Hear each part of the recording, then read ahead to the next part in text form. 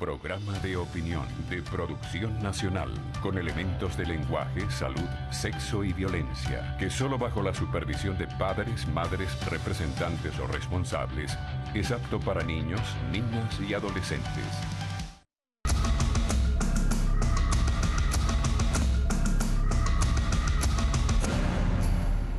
Muy buenos días. Voy a conversar con un veterano político de este país, Eustoquio Contreras, es diputado de la Asamblea por el Estado Guárico.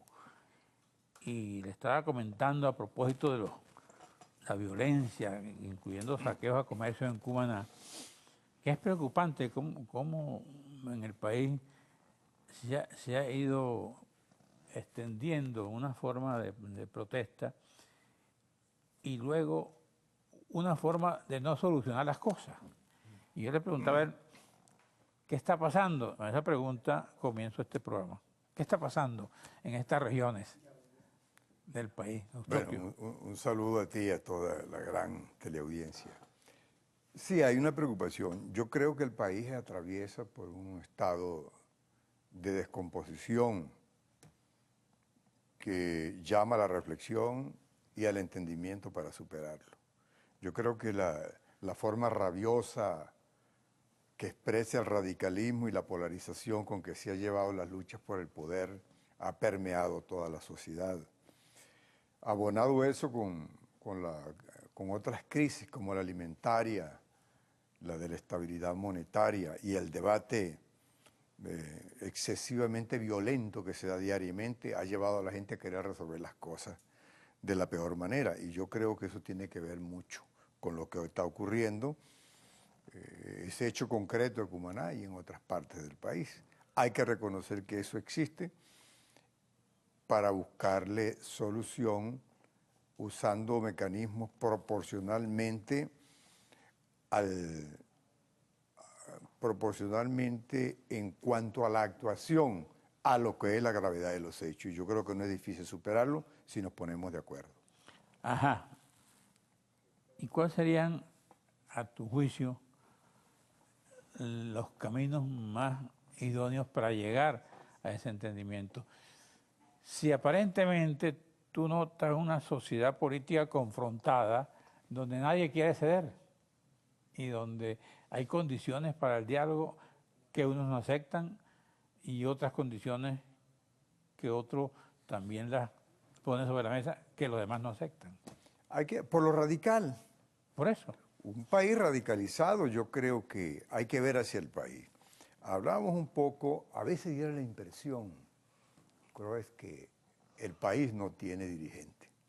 Uno ve que los sindicatos están bien representados, los gremios, las instituciones deportivas religiosas, los partidos, las mesas, los polos, están bien representados.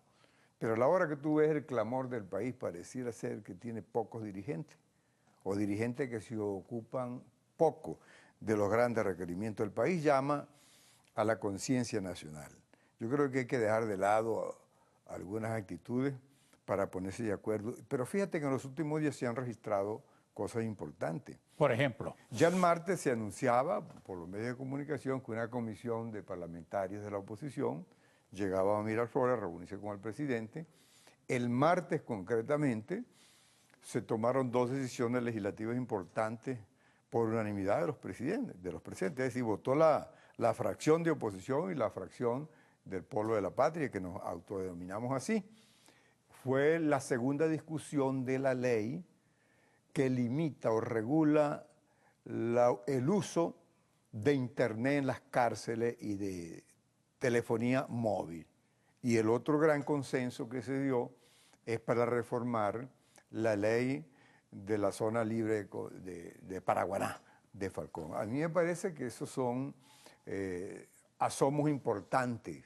Recuerda que los partidos políticos y los factores de poder, por muy radicales que sean, llega un momento que tienen que ceder sus posturas cuando se dan cuenta que mantenerla hace más daño que bien ante la opinión pública.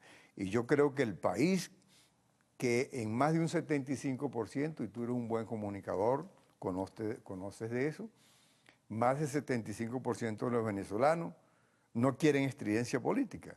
Lo que quieren no es solamente diálogo, porque cuando se habla de diálogo, eso tiene un contenido. Dialogar no es acordarse. De allí que la gente lo que quiere es entendimiento para resolver los problemas sociales, económicos, de seguridad de los bienes, de seguridad de la vida, de estabilizar la moneda. Ese es el acuerdo que requiere el país y yo creo que hay un ambiente político adecuado, porque aquí no estamos en una situación de discrepancia insalvable. Aquí hay una institucionalidad y todos hablamos de que nos movemos en un ambiente, en una franja de democracia, y las democracias se resuelven es con diálogo y con entendimiento, y eso no quiere decir que se van a dar concesiones y se van a arriar las banderas ideológicas de ninguna manera. Claro, que la ideología de la democracia es el diálogo, Así es la conversación, la violencia es la destrucción de las cosas. Indudablemente. Entonces, tú, por ejemplo, Eustoquio Contreras, perteneces a un sector de la política, no estás entre el grupo radical, pero ¿qué es lo que a ti como venezolano te preocupa y te puede ocupar con más gravedad? Mira, te voy a decir una cosa que me lo vas a decir en la próxima ¿Cómo parte. no?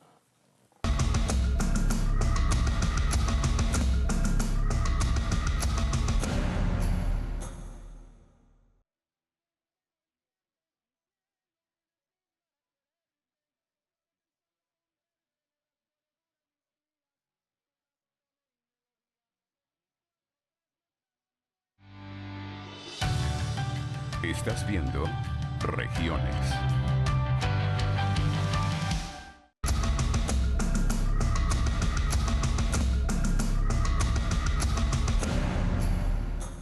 Bueno, tú decías, te voy a decir una cosa, dímela. Mira, el problema más grave del país, la falta de alimento, la inseguridad y la inestabilidad del signo monetario, eso que da lugar a la inflación, son problemas que tienen a la gente con mucha preocupación. Pero hablando de la República en perspectiva, hay un problema que es más grande que todos estos juntos, que es el problema de la condición humana de las nuevas generaciones. Aquí se está perdiendo el sentido de la solidaridad, del respeto, el problema de las lealtades, el problema de la dignidad del hombre y de la mujer. Con el bachaquerismo se perdió no solamente el sentido de solidaridad, sino absolutamente el del respeto por los límites de lo que puede o no puede hacerse. Y ya tú sabes que eso está más allá de la esfera de lo ético en el campo de lo moral. Pero eso viene de un origen, ¿no? De que la gente tiene que buscar una forma de sobrevivencia, pasando por todos los principios. Eso es el problema de la sobrevivencia. Es lo que por eso diciendo, te digo, ¿no? pero eso queda. Eso queda porque estos jóvenes que se están levantando hoy... Un padre que no tiene cómo alimentar a su hijo, un padre que no gana suficiente para llevar la comida a su casa, tiene que buscar otra forma. Me imagino que esa es la explicación que me dio uno de ellos cuando yo le preguntaba por qué. Me dijo, ¿por qué? Porque si no, mis hijos se mueren de hambre y no tengo cómo pagar la escuela. Entonces yo creo que esa reflexión fundamental, si la internalizamos, si podemos discernir sobre ese problema, si podemos actuar con una visión racional del problema, mira, esto deja de lado todos los intereses parciales, medianos, para irnos a fondo desesperados a buscar un acuerdo nacional, para ver si enrumbamos el país de otra manera. Yo no tengo la menor duda de que el proyecto bolivariano goza de una gran vigencia como respuesta teórica a los problemas para el cual hizo constructo. Yo no tengo la menor idea de que Maduro es un hombre bien intencionado, pero no es suficiente, no es suficiente lo que se está haciendo para darle respuesta a estos problemas históricos. Ahora, tú tienes que estudiar el problema porque hay hechos, tú sabes muy bien que hay hechos que explican el problema, pero hay hechos que no pueden utilizarse para justificar los problemas. Venezuela tuvo 4 décadas perdidas en nuestra visión ideológica. La democracia representativa del 58 al 98 no resolvió los problemas. Y fíjate cómo terminó el 27 de febrero del 89 con un Caracazo, que fue la ruptura emotiva del pueblo con un proyecto político. Pero si ese es el argumento, aquí ocurre un Caracazo todos los días. Lo que ocurrió en Cumaná, lo que ocurrió en Katia, lo que ocurrió en un Caracazo de todos los días, ¿no? Es que el otro problema es lo que te estoy diciendo, que aún lo acertado del pensamiento de Chávez, no hemos podido en la implementación de lo que hay del qué hacer administrativo, ético, político, no le hemos podido dar respuesta a esos males que encontramos. Entonces la sumatoria de los dos tiempos presenta una república enferma, con muchos problemas. Y yo creo que la reflexión fundamental es la de sentarnos hacia una caracterización del momento histórico. Tú vienes de una clase política que para mí admiré mucho, honesta, como el Bertrán Prieto Figueroa, sí, ¿no? Fui su amigo y trabajé con él. Él escribía en el Universal, yo le recibía sus artículos, ¿no? Sí.